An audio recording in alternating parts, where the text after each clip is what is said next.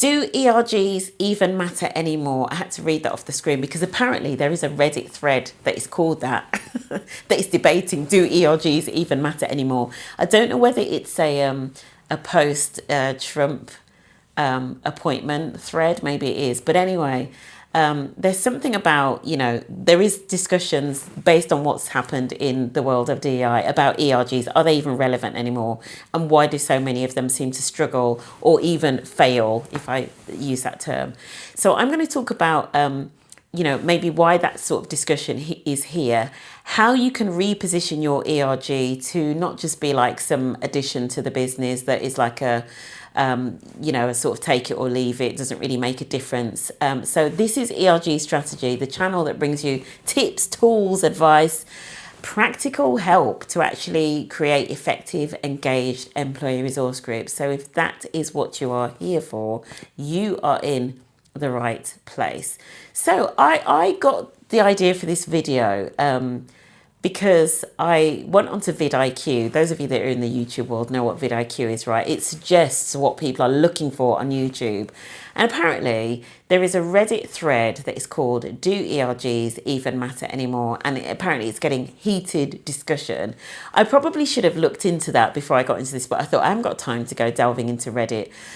Here's the thing, and this, I almost sort of say, ignore what's going on Reddit, but definitely be focused on what is going on in your own organisation in terms of what the perceptions are and also the level of engagement. We know that level of engagement is a massive issue, and we know that leadership buy-in, even if it's not your exec sponsor, but leadership buy-in from the senior leaders generally in your organisation is also a big issue, right? So that's why, we definitely need to talk about this. I remember doing a workshop in, what month was it? It was in January or February, I'm going to say, of this year, so 2026. And somebody in the workshop basically said that a colleague of theirs was looking at their calendar, so going into their calendar and basically saying, oh, you've got another ERG meeting. Oh, you've got another ERG meeting. Basically clocking up how much time they were spending in ERG meetings. And this was, I guess, hot off the heels of, in the summer, and a few of you have heard me mention this before, but in the summer in the UK, the civil service announced that they were going to be instructing their staff networks, as they are called, in the civil service, that they must not engage in ERG activity during work time. In fact, the phrasing that was used was something like that they must do like nonsense events in their own time. So I think with all of that kind of going on and all of the sort of like DEI backlash, some colleagues are definitely using that as a reason to question, and verbalize their opposition to ERGs. And I think, if I'm being fair, even some of the co-leads, I would say, are questioning whether they are spending their time wisely and actually, should they be involved in ERGs? Is there a risk, I say, even though that they only become known for the ERG and not for their expertise? And then, as sometimes happens, and as some individuals that I know, when, for example, there are transformation programs or roles are put at risk, and there is a lot of that happening at the moment everywhere. Like, there's a lot of it happening, and people are using the excuse of AI, and they're using the excuse of remote working and all. It's just a madness that's going on at the moment, right? But then sometimes some ERG leads, their roles are being put at risk, right? Their day job roles. And there's maybe a sense of that some of that is maybe this perception that they've only become known for the ERG, and or is the ERG doing them any favours when it comes down to something like a redundancy situation. In fact, I was talking to somebody in one of the big four organisations who shall remain nameless, and we were talking about the fact that when it comes to things like assessing performance of individuals, if, for example, individuals, and this was actually a firm of solicitors, we were talking about productive time and utilisation, and if it's in an organisation where people are KPI'd on their utilisation, so how much time are they working on client stuff, if they've been working on network activity, there is a danger that their utilization looks lower, right? Because they've been working on network stuff. So how do you make sure that KPIs are changed to include that? The other thing, I think the other challenge as well, and I see this like within sometimes even the perception of ERGs that I think is within like the HR and DI space itself. I think we still almost like have a view that I would describe as patronizing ERGs. We still just see like ERGs as just this thing over there where people get together to have a bit of a moan and have a bit of a moan, put on some cupcakes, put their little events on.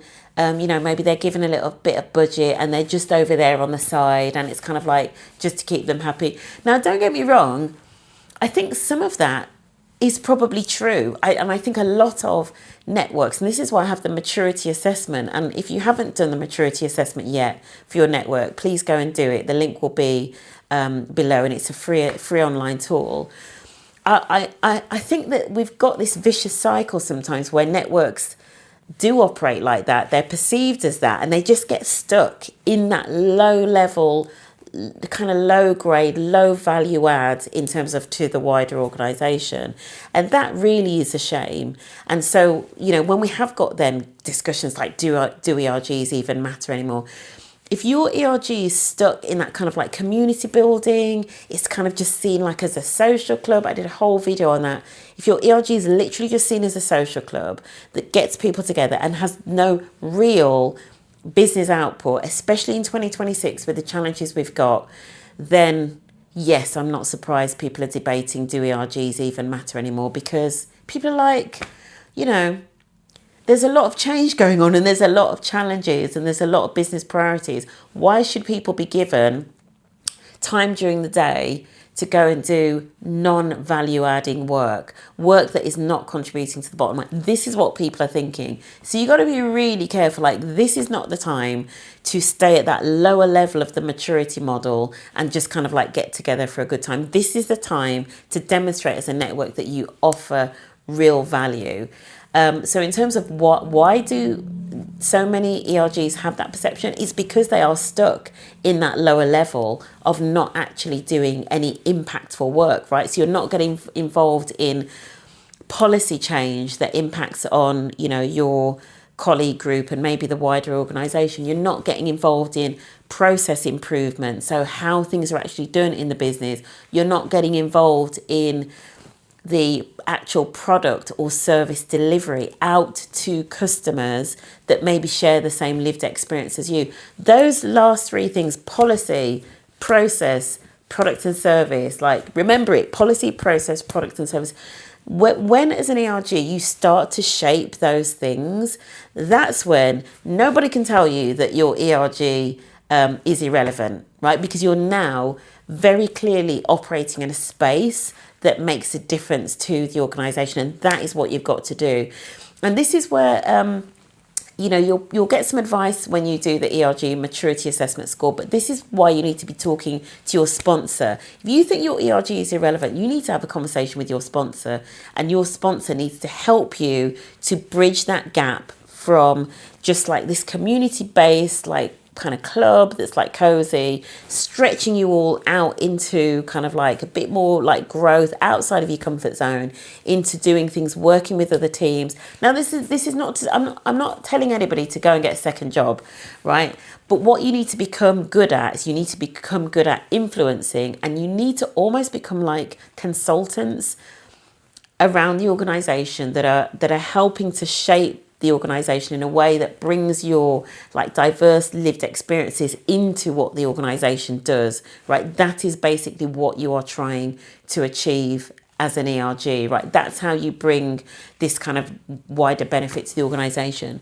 And then to you as individuals, so if you are leading an ERG and you're maybe thinking, oh my gosh, I'm just getting known for like the ERG, I want you to really think about the skills, so like the transferable skills, the learns, etc., that you have gained as a result of being involved in the network. And I want you to start to really think about how you can apply those maybe in different areas, or really lean into them, or really sell them into the wider business. If you're struggling, this is where you either need to speak to your manager, if your line manager is supporting you with what you do for the ERG, or you need to speak to your sponsor and maybe see how you can use your exec sponsor, which is your network sponsor, as a little bit of a career sponsor, and talk to them about, what are the skills that you see me showing as an ERG lead that I should really be leaning into and demonstrating in other areas of the business?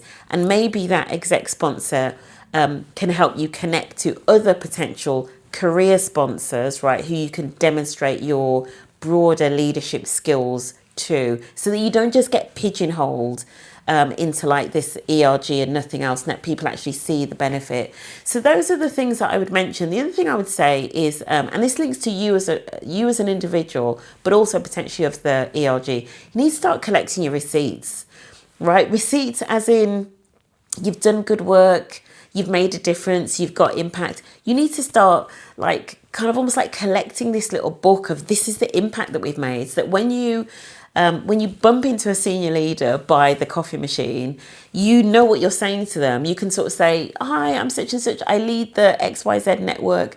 These are some of the really impactful things that we've done this year for the business, right? You need to have that elevator pitch ready, right? So that, that you can quieten within your organization these accusations of ERGs being like a waste of everybody's time. And that's it. So I hope some of that was helpful. It felt a bit like I was getting on a soapbox, right? But some of this just needed to be said. So don't worry too much about the Reddit thread. Don't go and look at it, which probably means you're going to go and look at it now. I'm not, because I haven't got time to. And you haven't got time to either. What you have got time to focus on is the reputation of your ERG in your organisation and the impact that you can make as an ERG and as an ERG leader. So I really hope that was useful. If it was, please share it with your co-chair, with the rest of your committee.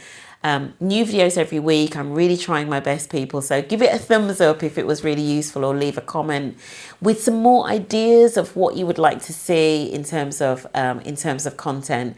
And if I don't see you next week, I will see you live on LinkedIn and on here as well on a Friday morning. I go live every Friday morning, 8:30 UK time. See you there. Take care.